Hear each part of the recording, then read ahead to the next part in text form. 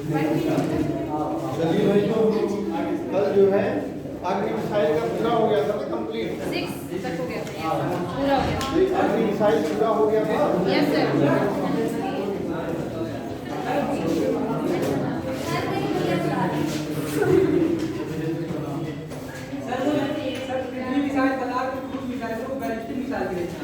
कौन सा? पृथ्वी। हाँ, जो कैटेगराइज कहाँ किया अभी?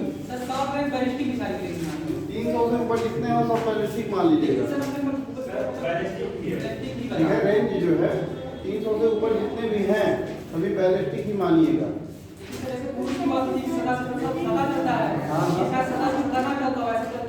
हाँ हाँ बोले। हाँ हाँ बाकी जो बैलिस्टिक मिसाइल है सब मतलब परिवाराकार चलते हैं। हाँ, शायद ये परिवाराकार मतलब इसीलिए बैलिस्टिक मिसाइल के लिए बनाता हूं। सतह से सतह पे बिल्कुल सही है। क्रूज जितने क्रूज मिसाइल जितने हैं वो सतह से सतह के पैरेलल, हाँ पैरेलल में। सतह से सतह का मतलब ये थोड़ी ना है कि बिल्कुल एकदम नीचे नीचे जमीन पे। मतलब ये है जो मैंने बताया था ना कि जो तापमंडल में जाके जो है फिर तब एक पैरेलल चलते हैं पृथ्वी के, मतलब कुछ तो ऊपर उठते ही हैं और फिर तब पैरेलल को लेते हैं मूवमेंट। हाँ, मौसम में जाते हैं। हाँ, एकदम बिल्कुल जमीन पे नहीं चलते इस तरह से। भाई बाला अगर मारना तो कुछ तो ऊपर जरूर ही उठाना पड़ेगा, या जमीन में घसीट के मारना है नहीं, कुछ तो ऊपर उठाना ही होगा ना। तो इस वायुमंडल में ऊपर तो उठाना ही होगा हमें, और फिर तब उसके बाद क्योंकि बहुत सारी चीजें भाई हवाई जहाज या हेलीकॉप्टर ही है, तो जो भी भौगोलिक जो चीजें हैं, जो फिजिकल जो चीजें हैं उस पर जैसे पहाड़ पठार और ऊंचे ऊंचे टावर और उन सारी चीजों के उनके रेंज से ऊपर एक लेना पड़ेगा हमको, लेकिन निर्धारित रेंज है। अन्यथा पता चले हम हथियार को करेंगे तो रास्ते में कहीं पीछे टकरा जाए ना, लेकिन उसका अलग रेंज है, अलग उसका एक लेवल है, फर्क है ना वायुमंडल का। उसमें हम लेके फिर उसके बाद पैरेलल में पृथ्वी के उसको मोशन देते हैं, उसको गति देते हैं। और जहां पैराबोलिक ले रहा है वो वहां क्या है, बैलिस्टिक मिसाइल है। तो बैलिस्टिक मिसाइल पैराबोलिक इसमें पाथ में चलता है इस तरह से, ठीक है, इस तरह से चलता है। यहाँ से छोड़े एक मैक्सिमम हाइट पे हाइट जो है क्या किया, इक्वल टू 0 हुआ, और फिर यहाँ से ग्रेविटेशनल फोर्स काम करना शुरू कर दिया, जिसमें क्या हुआ, G इक्वल टू 9.8 का मीटर पर सेकंड क्या होता है, एक उसको प्लस पॉइंट मिल जाता है, मतलब उसका एनर्जी उसमें बढ़ जाती है। ठीक है, ये चीजें तो कैटेगराइज तो आपने कर दिया। अब उसको एक चीज आप समझ सकते हो कि कहाँ क्रूज है और कहाँ बैलिस्टिक है ना। इसको थोड़ा सा आप लोग समझ लेंगे, उसको जब देखेंगे बार बार उसको पढ़ेंगे तो समझ में आ जाएगा। इसके बाद है त्रिशूल। त्रिशूल खास नहीं है, रडार से बचने के लिए, कम उड़ान भरने के लिए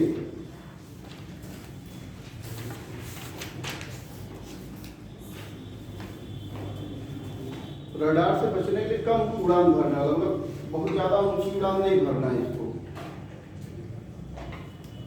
कम उड़ान भरने वाला, बस इतना ही। और रेंज जो इसका है 9 किलोमीटर से 12 किलोमीटर का है। सरफेस टू एयर है, सतह से हवा में, सरफेस टू एयर।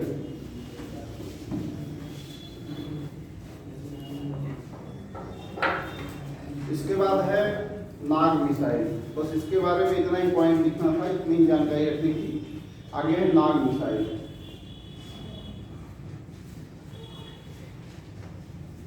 ये क्या है, 3rd जनरेशन का मिसाइल है नाग, और एंटी टैंक गाइडेड मिसाइल है ये। ठीक है, और ये किस सिद्धांत पे काम करता है, fire and forget, just like as cruise missile. ठीक है ना, क्रूज मिसाइल। सर ये 3rd जनरेशन जो है, हाँ, इसको कहाँ से कहाँ लिया जाएगा? थर्ड जनरेशन का वो कैटेगराइज में करा दूंगा कि फर्स्ट में कौन सा था, सेकंड में कौन सा था और थर्ड में कौन सा है, ठीक है ना।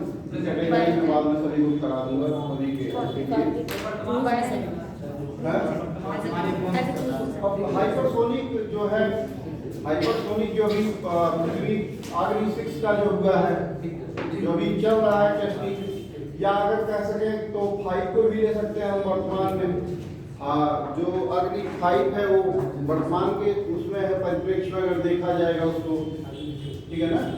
और भी बहुत सारे वेपन्स का अभी ट्रायल चल रहा है।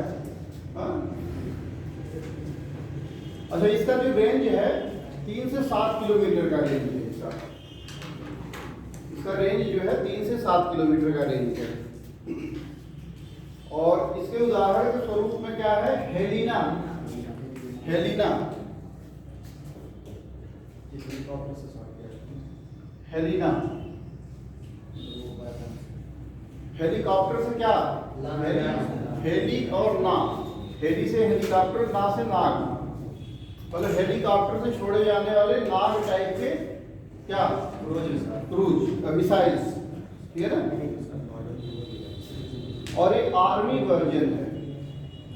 हेलिना क्या है, हेलिना हेलीकॉप्टर से, हेलिना मतलब हेलीकॉप्टर से छोड़े जाने वाला जो है वो आर्मी वर्जन है। हेलीकॉप्टर का जो स्टैंड होता है नीचे कुछ इस टाइप से होता है ना, जैसे नीचे जो बने होते हैं इस टाइप से पंजे उसके इस टाइप जैसे, तो उसी में ही वो लॉन्च किए जाते, मतलब जाते हैं, फिट किए जाते हैं हेलीकॉप्टर के नीचे, उसी उसके हैंगर में उसी में ही वो फिट किए जाते हैं और वहीं से वो छोड़ दिए जाते हैं, ठीक है ना। तो क्या इसको कौन सा है, ये आर्मी। ध्रुव है, ध्रुव एडवांस लाइट हेलीकॉप्टर, इसी के अंतर्गत जो है ध्रुव एडवांस लाइट हेलीकॉप्टर। और रुद्र, ये भी क्या है, हेलीकॉप्टर है। मतलब हेलिना, ध्रुव और रुद्र, इन तीनों के बारे में अगर पूछा जाए तो ये नाग मिसाइल्स को क्या करते हैं, छोड़ते हैं, प्रक्षेपित करते हैं अपने सिस्टम से, अपने हेलीकॉप्टर से। और ध्रुव और रुद्र भी दोनों क्या हैं, आर्मी वर्जन है, ठीक है, दोनों आर्मी वर्जन है। इसके बाद है ध्रुवास्त्र। एलिना तो सब नीचे छोड़ा जाता है, एलिना को तो सब नीचे छोड़ा जाता है ना भाई, हेलीकॉप्टर से करना है तो आप समझ सकते हो कि कैसे छोड़ना है। हाँ, यस,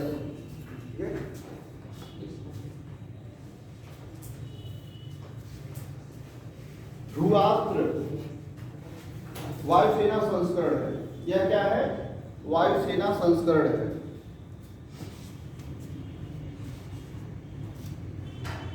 इसके बाद है नामिका।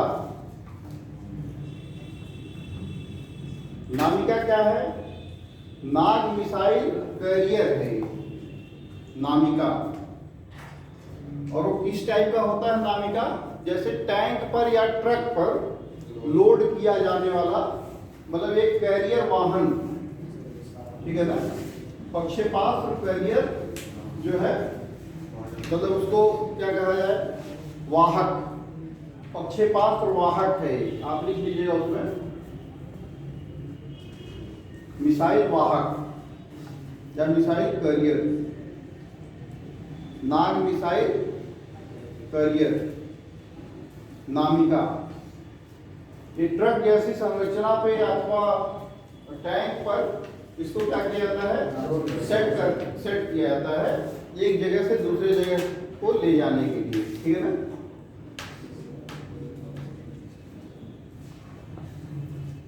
फिर आगे बारी आती है अंतिम जो है आकाश की। आकाश क्या है, आकाश के बारे में कुछ पता है किसी को, कुछ आइडिया है, हैं? एयर टू एयर, ठीक है, तो सिंपल चीज है भाई, तो हमारी जो सिंपल चीज है उसको जल्दी बताओगे आप, कुछ और तो थोड़ा बताओ। आकाश नाम है तो फिर तो सिंपल चीज है। चलिए और कुछ बताइए। चलिए अब मैं ही बताता हूँ। यह पहली जो है स्वदेश निर्मित जो है क्या है, मध्यम श्रेणी की सरफेस टू एयर है, एयर टू एयर नहीं है, सरफेस टू एयर। हाँ, पहली स्वदेश निर्मित मध्यम श्रेणी की सरफेस टू एयर मिसाइल है। और सबसे खास चीज इसमें क्या है कि टैंक पर या किसी भी उस पे जो है व्हीकल पे अगर कैरियर पे इसको रखा जाता है तो 360 डिग्री में घूम के मार सकती है। मतलब जो उसका घुमाने का हुआ है सिस्टम, अगर मान लीजिए इस तरह से अगर उस पर रखा गया है, इस तरह से रखा गया है, तो ये चारों तरफ घूम सकती है, 360 डिग्री घूमकर किसी भी दिशा में मार सकती है, लक्ष्य को अपने भेज सकती है। और इसका रेंज जो है 25 किलोमीटर से 30 किलोमीटर के बीच तक है।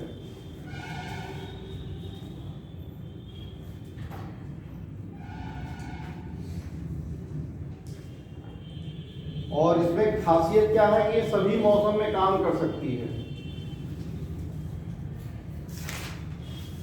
न्यूक्लियर क्षमता युक्त भी है,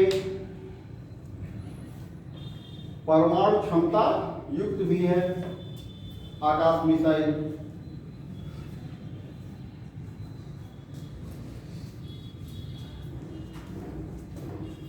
और 18 किलोमीटर ऊंचाई तक, 18 किलोमीटर ऊंचाई तक इसको पहले प्रक्षेपित करते हैं, फिर वहां से इसको करते हैं, मोशन में देते हैं, फिर 18 किलोमीटर ऊंचाई तक और 2.5 मैक की गति से उड़ान भरने में सक्षम है।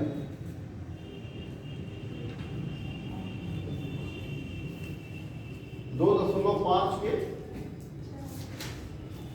लगभग कितना हो जाएगा, 2.5 मैक,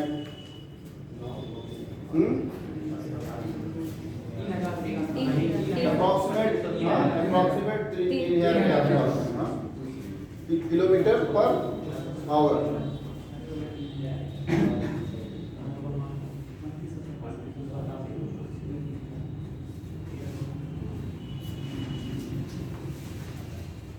इस मिसाइल को युद्धक टैंक या ट्रकों से मैंने बताया कि लॉन्च कर सकते हैं। इस मिसाइल को युद्धक टैंक अथवा ट्रकों पर लॉन्च कर सकते हैं।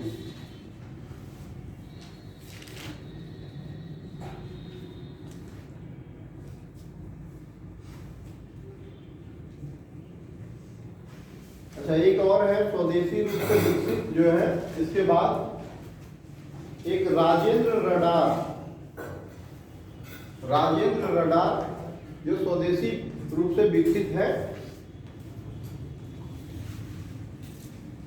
और ये क्या करता है राजेंद्र रडार, ये लोकेशन ट्रेस करके मार देता है, अपने लक्ष्य को भेज देता है। राजेंद्र रडार मतलब जो भी इस टाइप के मिसाइल्स लगे हैं जो है, उसमें क्या किसका उपयोग होता है, राजेंद्र रडार का। और वो रडार क्या करता है, लोकेशन को ट्रेस करके और लक्ष्य को भेज देता है। भेज नहीं देता है, भेज देता है ना। सही मिसाइल के अंदर ही लगता है। हाँ, मिसाइल के अंदर ही लगता है। क्या चीज? सही मिसाइल के अंदर लगता है। हाँ बिल्कुल, सभी मिसाइल्स में लगाए जाते हैं। जैसा कि मैंने बताया कि सभी मिसाइल्स में इस टाइप के रडार को जो है सेट किया जाता है और क्या करता हो, डिटेक्ट करके अपने ऑब्जेक्ट को, लक्ष्य को, और उसको भेज देता है। ठीक है। और ये डीआरडीओ द्वारा क्या किया गया है, डिजाइन किया गया है। राजेंद्र रडार जो है डीआरडीओ द्वारा विकसित किया गया है। ब्रह्मोस का नाम आप लोगों ने सुना है ना, ब्रह्मोस, जो कि क्या है, सुपरसोनिक क्रूज मिसाइल्स है आज के समय में। तो ब्रह्मोस का जो नाम है, पहले तो इस तकनीकी को, इस तरह के उसको जो है भारत ने रूस से लिया, और ब्रह्मोस जो नाम पड़ा है ब्रह्मपुत्र और इसके मस्कवा नदी, भारत के ब्रह्मपुत्र और रूस के मस्कवा नदी के नाम पे क्या है, ब्रह्मोस पड़ा है। पॉइंट आउट कर लें।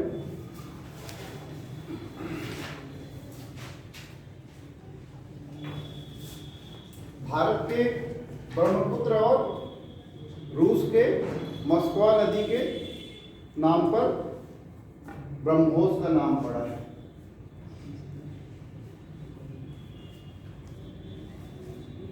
बस 2-4 और मिसाइल्स हैं, इनको भी थोड़ा सा हम लोग देख लेंगे, नोट कर लेंगे इसको, फिर मिसाइल वाली जो टेक्नोलॉजी है खत्म हो जाएगी, मतलब क्लास में हमारे, ठीक है, बाकी तो चलती है।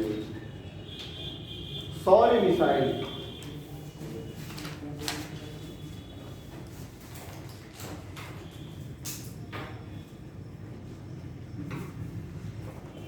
डीआरडीओ द्वारा विकसित किया गया है।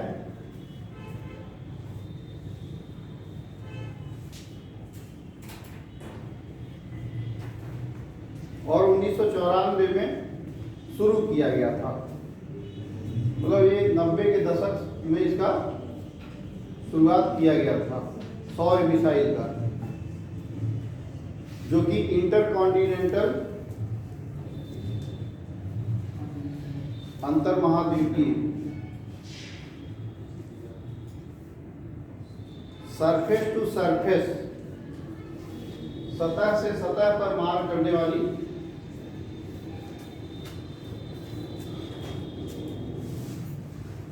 और इसमें ठोस प्रणोदक, ठोस और लिक्विड, ठोस और तरल प्रणोदक का उपयोग होता है। ये वर्क कैसे करता है सर? ये ठोस और लिक्विड का जो है, जैसे जस्ट लाइक है, दोनों तरह के उसमें होते हैं, लिक्विड होते हैं कुछ, जैसे मैंने बताया था कॉम्प्रेस्ड ऑक्सीजन और कॉम्प्रेस्ड हाइड्रोजन। तो हाइड्रोजन को यहाँ न लेके कुछ ऐसे ठोस पदार्थ लिए जाते हैं, जस्ट एज ए न्यूक्लियर, मतलब उससे क्या ईंधन जो ठोस के रूप में होता है, और कुछ इसके तरल लिक्विफाइड जो है वो दोनों, जैसे कुछ ऐसी गाड़ियां भी चलती हैं कि जैसे पेट्रोल से भी चलती हैं और सीएनजी से भी चलती हैं, तो कुछ इस टाइप के दोनों उसके ईंधन दिए जाते हैं। कभी जरूरत है तो ठोस का इस्तेमाल किया जाए और कभी जरूरत है तो लिक्विड का इस्तेमाल किया जाए, ठीक है ना।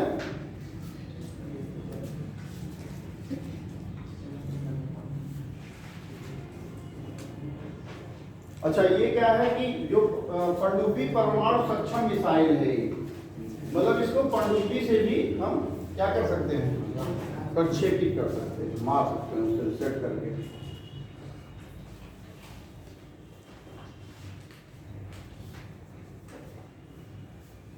और इंटीग्रेटेड डेवलपमेंट मिसाइल जो है, इंटीग्रेटेड मिसाइल डेवलपमेंट प्रोग्राम के अंतर्गत, जो मैंने बताया था 1983 में जो शुरुआत किया गया, उसी के अंतर्गत ये आता है। IGMDP के अंतर्गत ही ये आता है।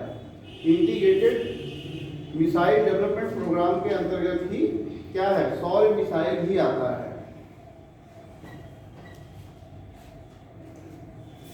आने से मतलब है विकसित किया गया है इसको, ठीक है ना। और इसका वजन जो है 5500 किलोग्राम है।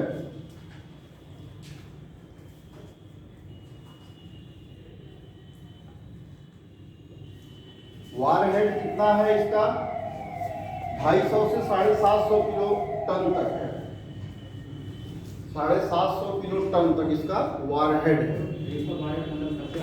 बिल्कुल बिल्कुल, कल जो मैंने बताया था जो आगे है, बिल्कुल ये वारहेड, ये क्या है, वारहेड, और ये क्या है, प्रोपल्सन, ठीक है।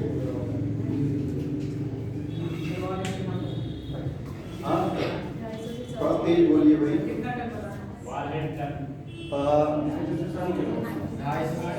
250 से 750 किलो टन, रेंज इसका है परास 12,000 से 16,000 किलोमीटर।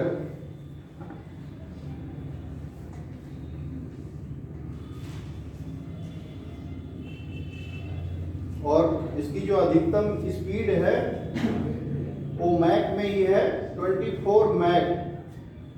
ठीक है, अब आप समझ सकते हो कितना है, मतलब 2940 क्या, हाँ 2940 sorry 29,401 kilometre per hour, 29,401 kilometre per hour के हिसाब से इसका स्पीड है, मैक्सिमम अधिकतम जो स्पीड है।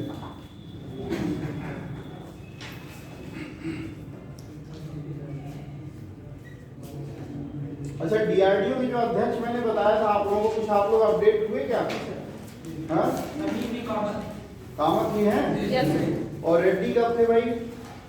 डॉक्टर सतीश रेड्डी उनसे पहले थे। Are you sure? Yes, sir. ठीक है, होना भी चाहिए ऐसा, क्योंकि जरूरी है कि आप लोग हमारे साथ, आप लोग भी मेहनत करें भाई।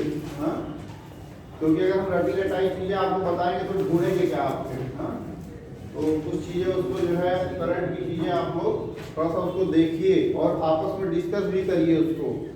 कुछ आप इधर का एक ग्रुप बना लीजिए। देखिए होता क्या है ना कि वास्तव में ये अवसर हमेशा मिलता नहीं है। ये अवसर मतलब जो हम यहाँ कलेक्ट हुए हैं हर जगह हर समय नहीं मिल सकते हैं। तो कुछ चीजें आप इन्हें शेयर करिए, कुछ चीजें ये आपको शेयर करें, मतलब आप सब मिल के 2 ग्रुप बांट लीजिए कि भाई कुछ समय आप हमें कुछ करंट की चीजें देंगे और कुछ समय में हम आपको करंट की चीजें देंगे। अगर आप लोग थोड़ा पहले भी आते हैं तो कुछ अपने कुछ चीजें यहाँ शेयर करिए, कुछ चीजें दूसरे ग्रुप वाले भी आपको शेयर करेंगे। तो उससे क्या होगा कि ज्ञान में अपने वृद्धि होगी, अपडेट होंगे आप लोग ना, तो ये बहुत अच्छी चीज होगी। हाँ, धनुष आगे है, धनुष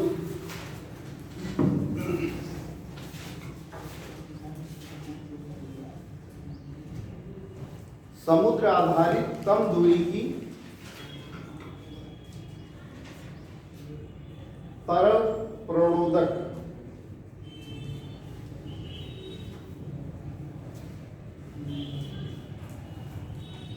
और एक किस टाइप की मिसाइल है? बैलिस्टिक मिसाइल है। धनुष जो है बैलिस्टिक मिसाइल है।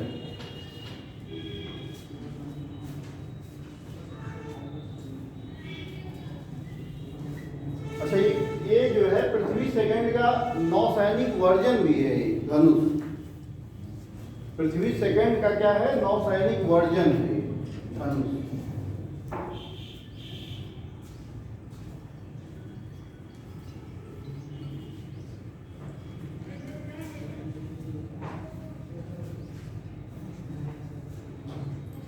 और इसका रेंज है 350 किलोमीटर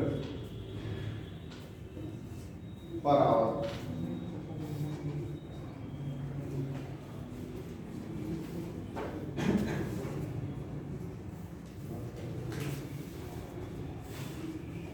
सॉरी, पर आवर नहीं होगा, रेंज इसका 350, मतलब मारक क्षमता इसको 350 किलोमीटर, सिर्फ इतना ही रखिएगा। ठीक है, 350 किलोमीटर। हाँ, अच्छा एक चीज आप लोग ध्यान रखिएगा, मैक और किलोमीटर में बहुत कंफ्यूज मत होइएगा। पता चला 2.5 मैक कहीं दिखा तो उसको 2.5 किलोमीटर समझ के चले ना, एक चीज ध्यान रखिएगा। मैक अलग चीज है, मैंने कल बताया है ना मैक का। एक मैक में कितना होता है? हाँ, ठीक है, तो इस चीज को ध्यान रखेंगे आप, मैक और उसमें आप कंफ्यूज नहीं होंगे। हाँ, प्रहार है इसके बाद।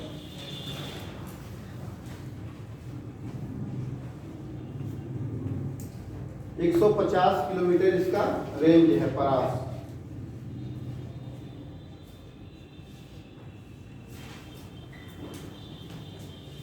और ये क्या है? Surface to surface.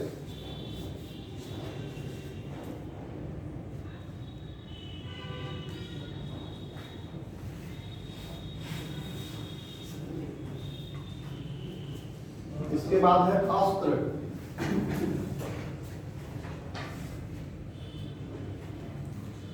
अस्त्र क्या है भाई? अस्त्र का कोई उदाहरण दीजिए। शस्त्र और अस्त्र। अस्त्र क्या है? जो फेंक कर मारा जाए। देखिए कभी एग्जाम में मैंने कुछ पेपर्स में कुछ एग्जामिनेशन में मैंने देखे हैं कि वो पूछता है अस्त्र क्या है और शस्त्र क्या है, ठीक है ना? जैसे चक्र, बिजली का चक्र। चक्र क्या है? अस्त्र है। अस्त्र है, ठीक है। और शस्त्र क्या है? तलवार। ठीक, कंफ्यूज मत होइएगा ना। नहीं सर। एयर टू एयर है, हवा से हवा में मार करने वाली मिसाइल है अस्त्र।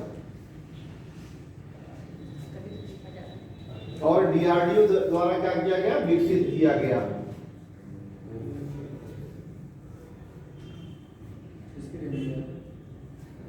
इसके रेंज के बारे में नहीं कुछ आइडिया लग पाया, जरूरत होगी तो फिर देख लेंगे, प्रेस कर लेंगे, क्योंकि इसमें भी वर्जन्स आ रहे हैं तो इसलिए कोई सटीक रेंज नहीं मिल पाया इसका। 70 किलोमीटर के साथ।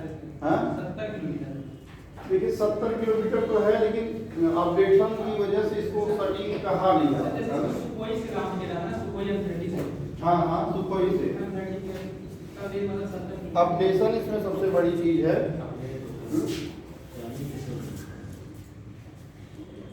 और क्या है?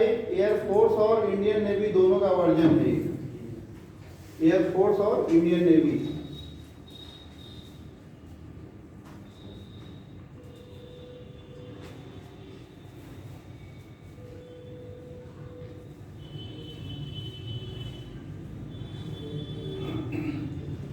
एक शब्द है न्यूक्लियर विंटर। कुछ आइडिया है किसी को? कुछ न्यूक्लियर विंटर क्या है भाई? न्यूक्लियर विंटर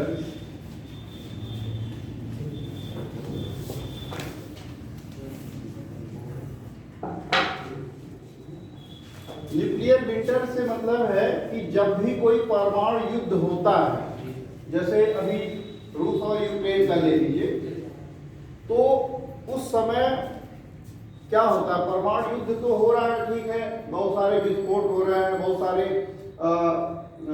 इसका जो है आयुध जो इस्तेमाल किए जा रहे हैं, हाँ?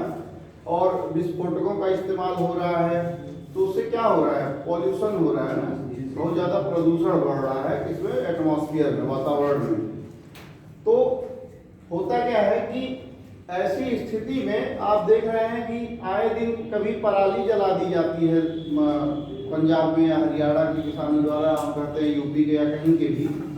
तो उससे क्या होता है कि दिल्ली में बिल्कुल कोहरा, घना कोहरा सा छा जाता है, एटमॉस्फेयर में बिल्कुल अंधेरा सा होने लगता है दिन में।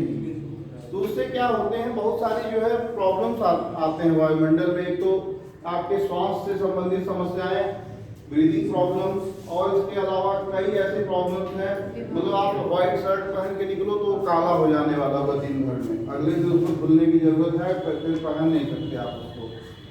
अभी आपके लखनऊ में ही आप देखिए कि गाड़ियों से निकलने वाले जो धुएं हैं, कचरे हैं, उससे अगर आप एक दिन में कपड़े पहन के निकलना चाहो फिर दूसरे दिन, तो एक बार सोचना पड़ेगा कि बहुत ही गंदा कपड़ा है भाई, इसको पहनने कैसे, इस्तेमाल कैसे करें। लेकिन बस्ती तो कम से कम सही है कि हम दूसरे दिन ये शर्ट पहन के आ गए, तो ये चीज़ सही है। तो क्या होता है कि जैसे जो एक्सप्लोसिव, जहाँ बहुत ज़्यादा जो समस्या होती है, तो इस तरह से जो उठने वाले जो उसके धुएं हैं, जो बहुत सारे विषैली गैसें हैं उससे निकलने वाली, तो क्या करते हैं? वातावरण में एक लेयर बना लेते हैं, और उस लेयर के बनने से क्या होता है कि बारिश नहीं होती है, सूर्य की जो पूरी किरणें हैं पृथ्वी तक पहुंचती नहीं है, और यहाँ तक कि क्या करता है? जो वह है ओजोन लेयर, उसको भी जो है बड़ा नुकसान पहुंचाता है। तो जो भी इससे आणविक जो विस्फोट होते हैं या एक्सप्लोसिव जो वहाँ पे हो रहे हैं, डिस्टर्ब कर रहे हैं उसको, एटमॉस्फेयर को, उससे होने वाली बहुत सारी समस्याएं हैं। तो क्या बताया मैंने? Nuclear winter. ये न्यूक्लियर विंटर से प्रॉब्लम क्या होती है कि इस तरह की समस्याएं जो वातावरण में जो आती हैं, उससे जो संबंधित प्रॉब्लम्स हैं, ये मतलब एक तरह से समझिए कि अव्यवस्थित कर देता है वातावरण को पूरी तरह से।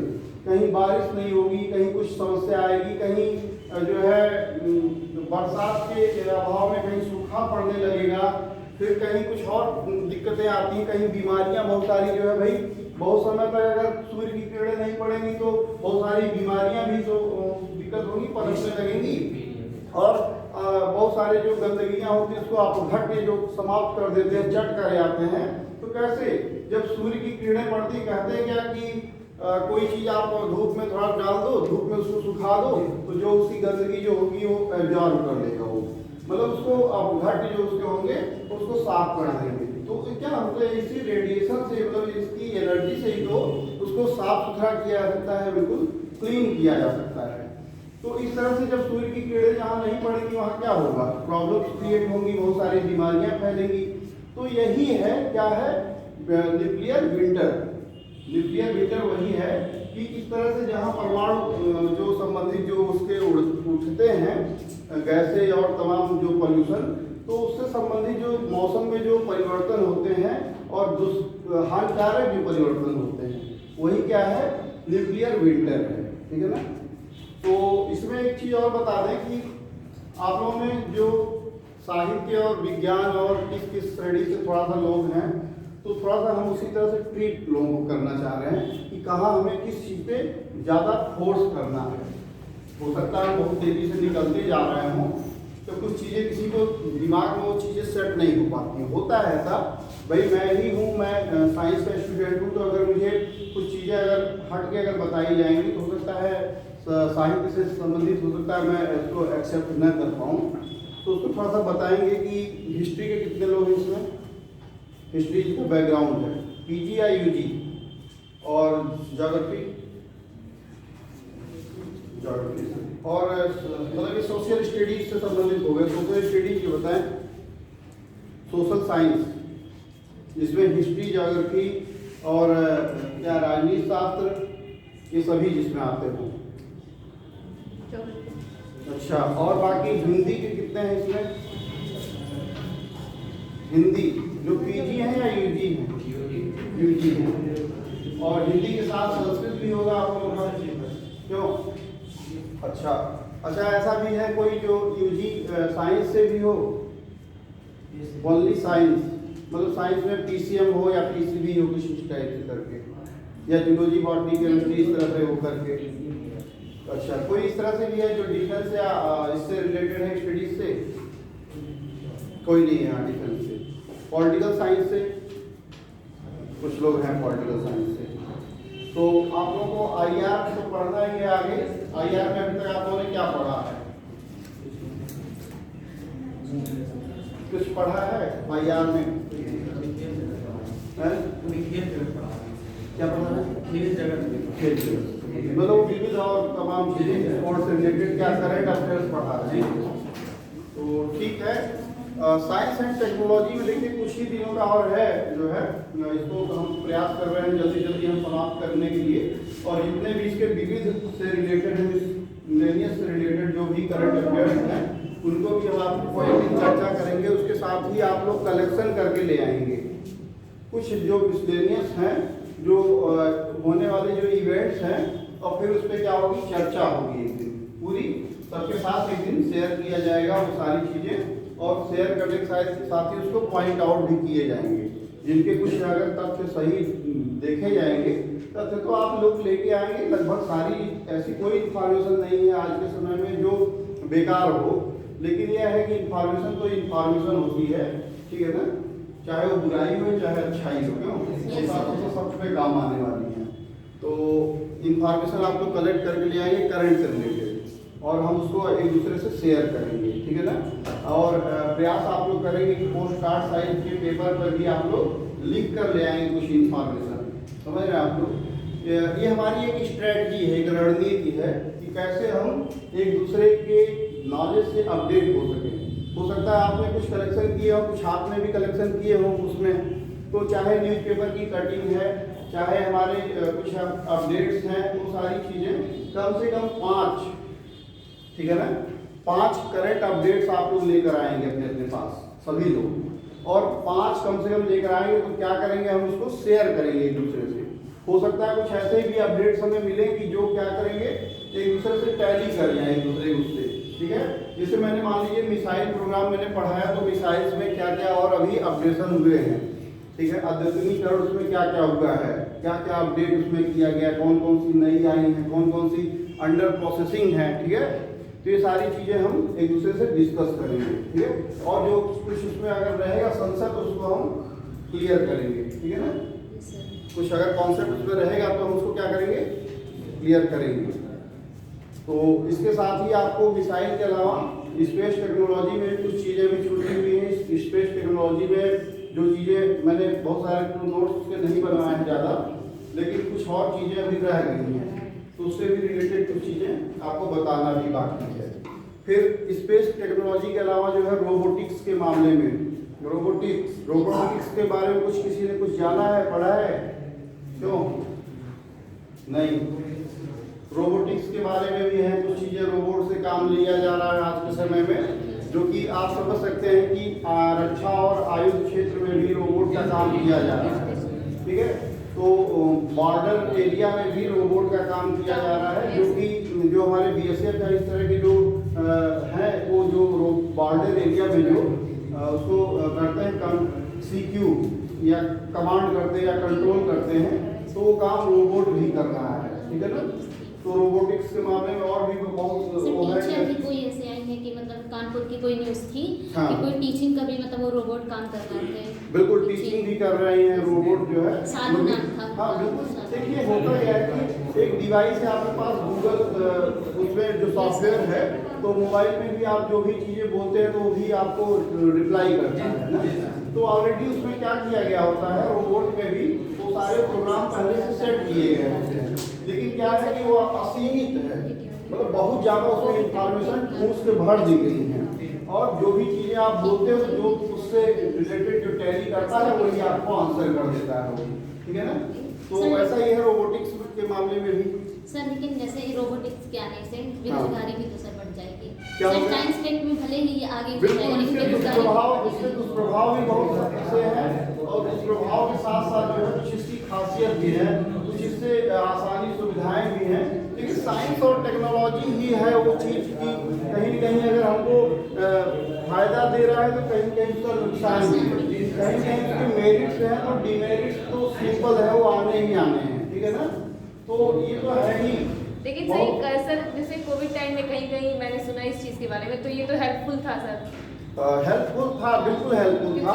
वही चीज़ है कि कहीं न कहीं हमको मेरिट्स तो बहुत ज़्यादा देता है, लेकिन जो उसके डिमेरिट्स होते हैं वो उंगलियों पे नहीं गिनाए जाते हैं, वो डिमेरिट्स सीमित होते हैं लेकिन वो बहुत दुष्प्रभावी होते हैं, हाँ। लेकिन उंगलियों पे गिनाने के लिए तो फायदे हमारे पास बहुत सारे हैं उसके, कंप्यूटर के या रोबोटिक्स के या इस तरह की जितनी भी चीज़ें हैं, इसके फायदे तो हमारे पास बहुत सारे हैं। तो ये सब चीज़ें हम बात करेंगे, आईसी चिप वगैरह के बारे में बात करेंगे। आईसी चिप क्या है, इसका इस्तेमाल कहाँ है, और मैंने अभी आपको एक कल उदाहरण दिया था जैसा कि ताइवान का। तो अच्छा अभी देखिए हाल ही में जम्मू कश्मीर से संबंधित एक जगह पे क्या मिला है भाई, क्या वहाँ पे लिथियम जो बैटरियों में, जो आपकी मोबाइल बैटरी या अलग अलग जगहों पे लिथियम आयन जो बैटरी जो बनते हैं, लिथियम से संबंधित चीजें हैं, तो वो पाई गई हैं। तो उससे क्या है कि अब तक हमें दूसरे देशों से इंपोर्ट करना पड़ता था, आयात करना पड़ता था, लेकिन अब हमारे पास वो सारी चीजें खुद मिल गई हैं। अब चाइना इससे परेशान है कि जो व्यक्ति हमसे, जो मतलब देश हमसे जो है आयात करता था, वो अब वो अपने आप में खुद जो है लिथियम का भंडार प्राप्त कर दिया है, हाँ? अच्छा इसके आगे जो है बहुत सारी चीज़ें हैं जो आपके आयात से रिलेटेड भी हैं, जो चाइना से संबंधित जो है वन बेल्ट वन रूट, और जो हमारे बैलेंस ऑफ पावर ग्रुप में, जो इंडिया के जो बैलेंस ऑफ पावर ग्रुप में जितनी भी कंट्रीज हैं उनको डिस्टर्ब कर रहा है। फिर आप अभी पिछले समय में देखें कि अफगानिस्तान में जो ताइवान का जो है वो हुआ है, आधिपत्य हुआ है। तो ऐसे बहुत सारे हमारे पास इवेंट्स हैं जिसपे हमें चर्चा करना है, जिसपे हमें बातें उसपे बतानी है, कुछ मुख्य जो बिंदु बताने हैं। देखिए होता क्या है कि जो करंट से रिलेटेड अगर आपको हिस्ट्री में मैं एक थोड़ा सा टिप्स दे रहा हूँ ऐसा आपको, जो आपके लिए आगे काम आएगा। जैसे मान लीजिए हमने हिस्ट्री अपना सब्जेक्ट लिया हुआ है, तो उसमें अगर कहा जाए कि करंट से रिलेटेड कैसे उसको आ सकता है क्वेश्चन, होता क्या है कि अगर आप हिस्ट्री आपके पास है, हिस्ट्री का पेपर है और हिस्टोरिकल चीज़ें उसमें आने वाली हैं, तो उस समय की चीज़ों को करंट से कोरिलेट किया जाता है। जैसे करंट में कोई घटना हुई तो अगर जिस जगह से संबंधित घटना हो रही है तो यह देखा जा सकता है कि यह किससे संबंधित था प्राचीन समय में। भाई जैसे मान लीजिए कि अयोध्या में या किसी ऐसी जगह पे कोई अगर घटना होती है तो ये माना जा सकता है कि भाई उस समय क्या था यहाँ, तो पुराने समय से कोरिलेट करके वो चीज़ें होती हैं। तो जो पेपर वास्तव में बनाने वाले जो विशेषज्ञ होते हैं ना, वो बहुत पुरानी चीज़ें, घिसी पिटी चीज़ें आपको नहीं देता है। अब क्या है कि जो नए जो करंट जो इवेंट्स हो रहे हैं उससे संबंधित ही चीज़ें पुराने समय की पूछता है। अब आप ये कहो कि अरे भाई ये तो पुराने इतिहास में बहुत पुराना चला गया, ऐसा नहीं है।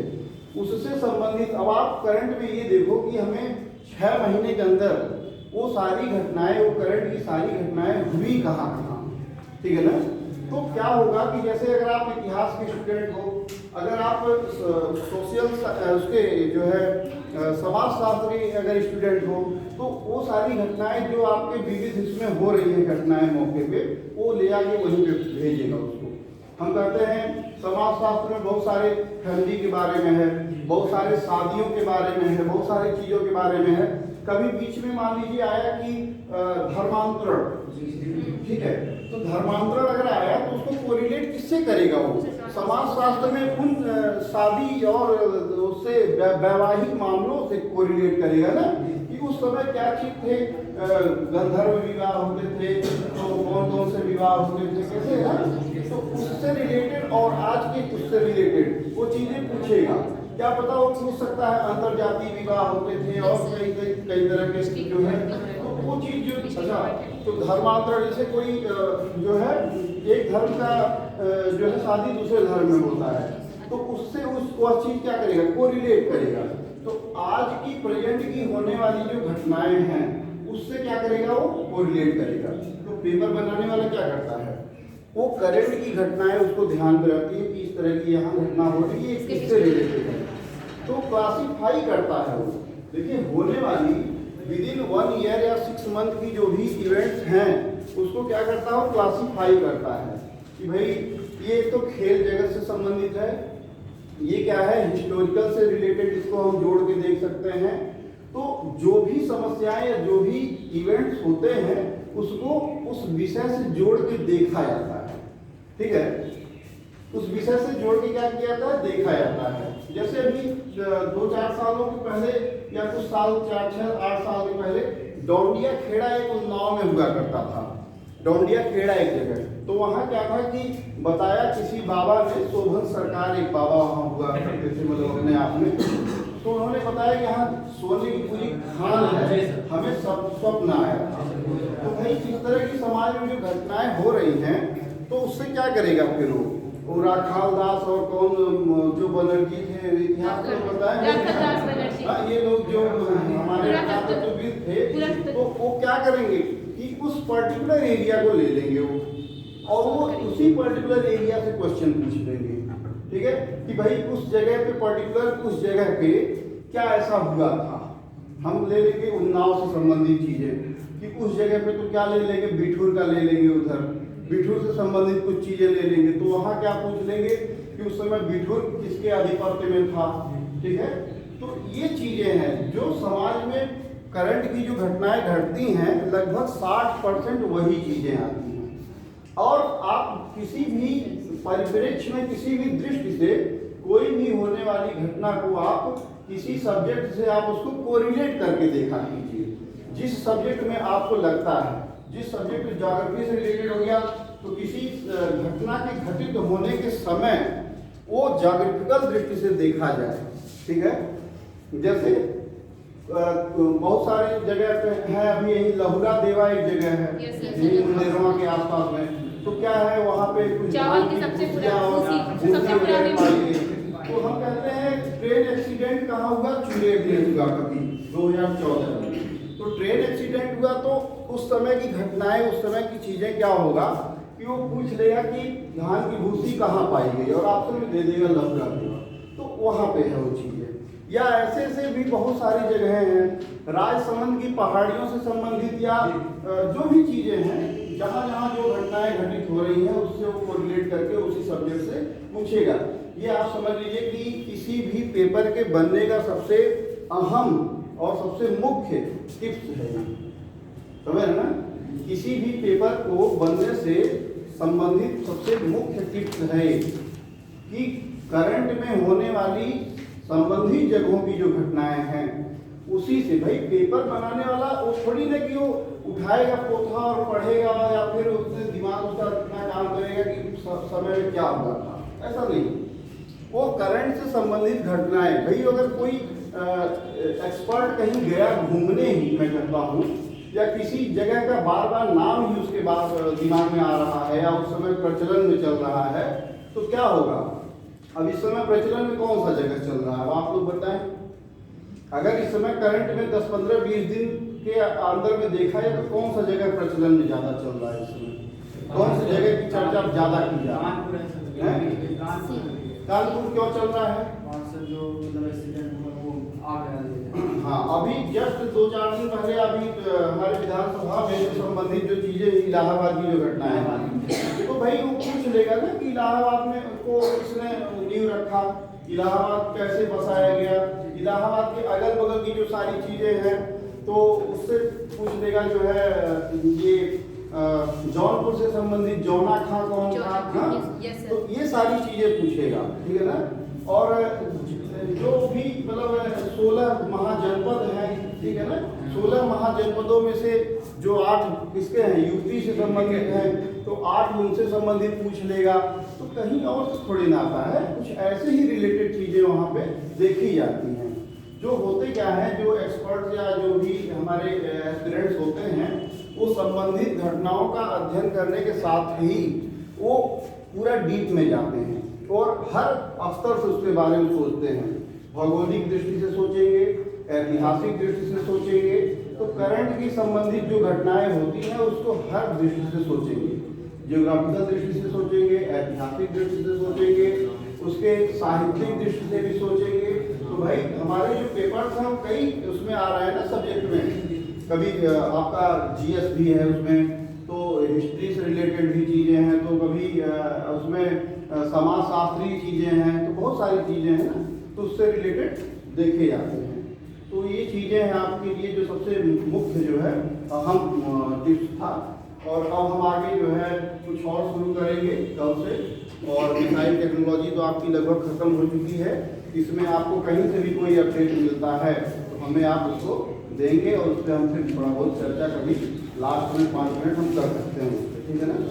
और प्रयास और हम भी यही करेंगे कि लास्ट में 5 मिनट जब और रह जाए तो उस 5 मिनट में हम क्या करेंगे, कुछ चीज़ें करंट की जो या जो भी चीज़ें चल रही इस समय उस पर हम चर्चा करेंगे, ठीक है?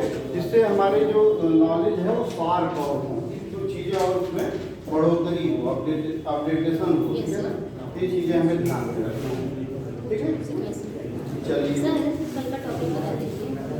कल का टॉपिक मैं थोड़ा डिसाइड करूंगा क्या रखेंगे, उसी के अंदर मैं। और सर जो हम लोग को बताएंगे कि 5 करंट की चीजें रहेंगी, सर वो टॉपिक है कोई या फिर जो पढ़े हैं उस पर है? कौन सा 5 तरह की चीजें? सर बोले कि जैसे 5 लोग मतलब नहीं हो, वो आपके ज्ञान वृद्धि के लिए हो रहा है। जैसे मेरा एक स्ट्रेटजी यहाँ पे तैयारी के पर्पज से एक स्ट्रेटजी बनाना होगा कि साइंस एंड टेक से रिलेटेड अथवा विविध से संबंधित। मैं कहता हूँ अगर किसी दूसरे सब्जेक्ट से भी संबंधित होगा तो चलेगा, बशर्ते यह है कि हमारे नॉलेज में वो सारी चीजें आनी चाहिए। साइंस टेक से ही रिलेटेड हाँ, साइंस एंड टेक से प्रयास ये करिएगा साइंस एंड टेक से रिलेटेड हो। और अगर और भी चीजें मिलती हैं तो कोई दिक्कत नहीं है भाई, हम किसी भी घटना को कई दृष्टि से देख सकते हैं ना। जैसे जम्मू कश्मीर में जो हमें मिला है भंडार, उसको हम कई दृष्टि से देख सकते हैं, साइंस एंड टेक्नोलॉजी की दृष्टि से देख सकते हैं, मिसलेनियस की दृष्टि से देख सकते हैं, जो न्यूज है, और वहाँ के भौगोलिक दृष्टि से भी देख सकते हैं। तो इस तरह से आने वाली जो कुछ करंट की जो घटनाएं हैं, चाहे स्टैटिकल जो चीज़ें हों, चाहे उससे नेशनल रिलेटेड हो, सभी पे हम लोग 5-5 बना के ले आएंगे। Are you agree? Yes, sir. All of you agree? Yes, sir. ठीक है, सभी लोग प्रयास करेंगे भाई। देखिए हम लोग अगर आ रहे हैं, मेहनत कर रहे हैं, वैसे इस समय इस मौसम में लोग क्या करते हैं, कुछ लोग तो सो रहे होंगे घरों में ना, यस सर। नींद आ रही थी, फसला भी थोड़ा पंखा में चला लिए होंगे और बड़ी ठंडक लगी हुई थी, चादर भी ओढ़ ली होगी, क्यों? तो ये करना नहीं है हमें ना, हम यहाँ आए हैं तो कुछ अपना मोटिव लेके आए हैं ना, यस सर। तो हम लोग उनको